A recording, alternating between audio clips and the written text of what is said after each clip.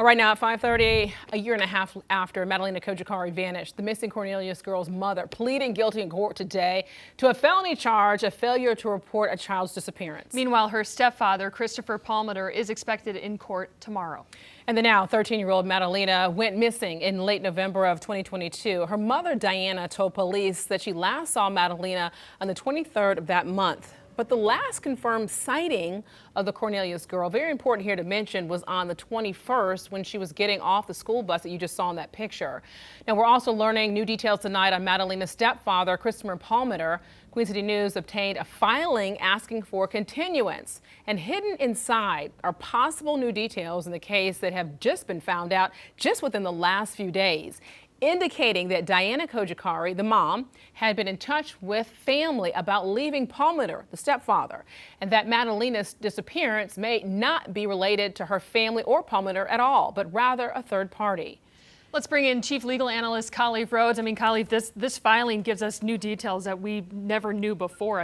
That Diana possibly thought a third party was involved and she was afraid of them. But what is the defense saying about this filing? What they're filing is they're saying that you have an obligation, and that's the prosecutor, to turn over discovery. And in the process of turn over discovery, you have phases of it. So you'll give an initial phase of discovery. And then as you go throughout the process and you get more information, you're turning over more discovery to defense counsel. And at some point, as defenses and their investigators going through the case, they're recognizing, hey, we may be missing some things. And so you look at the filing. There's about 10 or 12 things. They're like, hey, you referenced these, but I don't have them. I need them. And so they go and request them. DA's office may give them, they may not.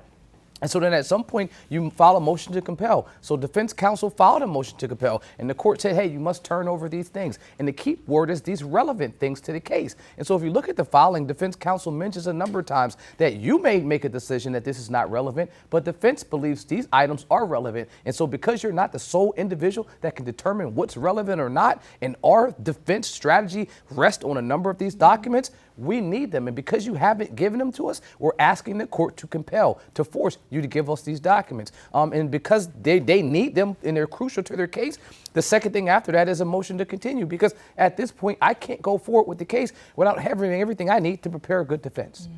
All right, so I know you've had clients before that have faced this next question I'm going to ask you in terms of deportation. We're hearing some reports out that may happen when she is released. Walk us through that process, because we know she's from Moldova. That's in between Romania and Ukraine. In terms, she spent several years there in that area, but what does that look like in terms of leaving this area? So typically what happens is it's the pre-conviction phase, where when the individual is arrested and they are not an American citizen, they will receive communications from either ICE or some type of deportation process, Homeland Security. Somewhere will say, look, we know you're here. We know you're charged with a crime. At some point, we're going to come and get you.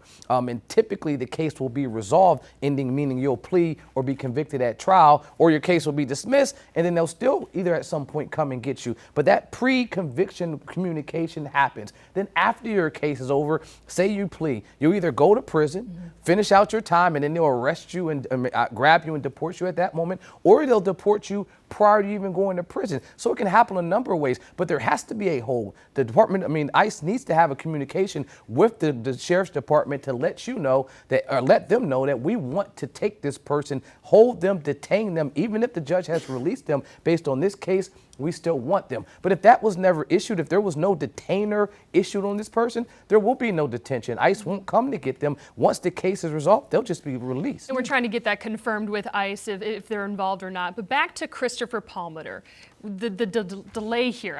This has been going on for a long time.